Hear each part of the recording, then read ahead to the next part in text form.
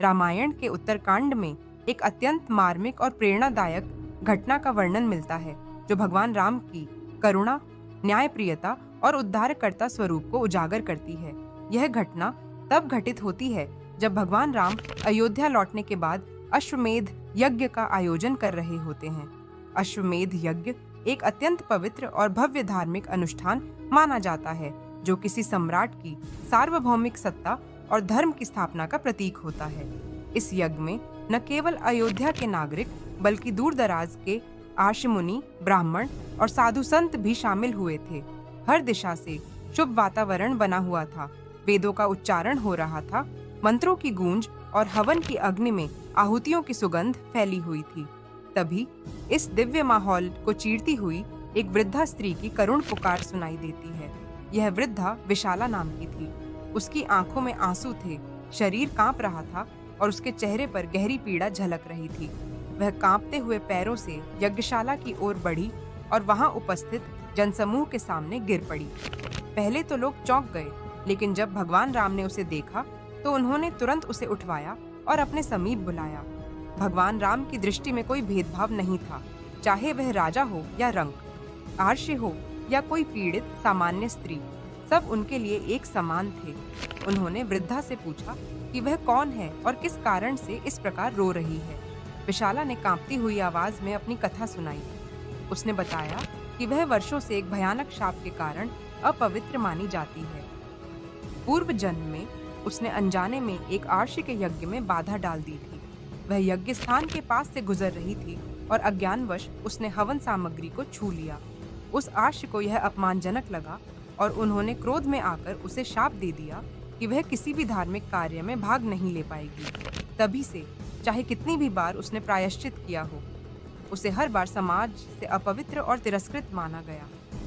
कोई भी उसे धार्मिक स्थलों पर नहीं जाने देता था और वह जीवन भर इस पीड़ा को लेकर जीती रही। भगवान राम ने विशाला की करुण कथा सुनी और उनके हृदय में करुणा का सागर उमड़ पड़ा। वे जानते थे कि धर्म केवल नियमों और विधियों का नाम नहीं है, बल्कि उसमें करुणा, क्षमा और उद्धार की भावना सर्वोपरि है। उन्होंने मुस्कुराते हुए कहा, हे मातृशक्ति, जब किसी के हृदय में धर्म की सच्ची भावना हो, जब वह आत्मा शुद्ध संकल्प से भगवान को पुकारे, तो कोई भी शाप उसे रोक नहीं सकता।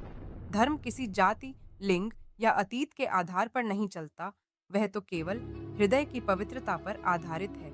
इतना कहने के बाद भगवान राम ने अपने हाथों से उस वृद्धा को यज्ञ की वेदी के समीप स्थान दिया और अपनी करुणा से उसे आशीर्वाद प्रदान किया। जैसे ही भगवान राम ने अपने दाहिने हाथ से उस वृद्धा के मस्तक को स्पर्श किया, उसी क्षण एक अद्भुत चमत्कार घटित हुआ। वृद्धा के शरीर से दिव्य प्रकाश निकलने लगा। उसका चेहरा तेजस्वी हो गया। उसकी देह में एक नई चेतना का संचार हुआ और उसका स्वर भी मधुर हो उठा। वहां उपस्थित सभी जन स्तब्ध रह गए। उन्होंने अपनी आंखों से देखा कि कैसे एक उपेक्षित, अपवित्र मानी जाने वाली स्त्री भगवान के एक स्पर्श मात्र से पुनः तेजस्विनी बन गई। यह घटना उस यज्ञ की सबसे महत्वपूर्ण घटना बन गई। सभी आर्षि मुनियों ने भगवान राम की जय जयकार की और कहा कि ऐसा केवल मर्यादा पुरुषोत्तम श्री राम ही कर सकते हैं, जिनका धर्म, न्याय और करुणा दोनों का संगम है। इस घटना ने समाज को एक नई दिशा दी। जो स्त्री जीवन भर समाज के तिरस्कार का शिकार रही, वही आज समस्त यज्ञ मंडप की शोभा बनी।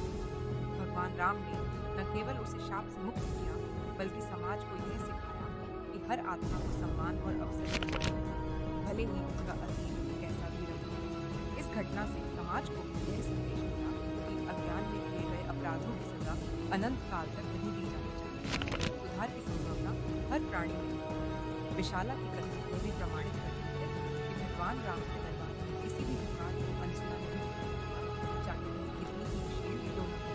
भगवान राम का हृदय समस्त सृष्टि के खुला है। वे न्याय प्रिय हैं, परंतु उनके न्याय में करुणा और प्रेम की मधुरता भी शामिल है। इस प्रकार जब राम ने दिया शाप मुक्ति का वरदान, यह घटना श्री राम की करुणा, धर्म की सच्ची परिभाषा और समाज की मूलभूत मान्यताओं को चुनौती देने वाली एक दिव्य कथा बन जाती है, जो आज भी हर उस आत्मा के लिए प्रेरणा है जो अपवित्रता, तिरस्कार या सामाजिक उपेक्षा का शिकार होकर जीवन जी रही है। भगवान राम के चरणों में शरण लेने वाला कभी तिरस्कृत नहीं होता, यह घटना इसका शाश्वत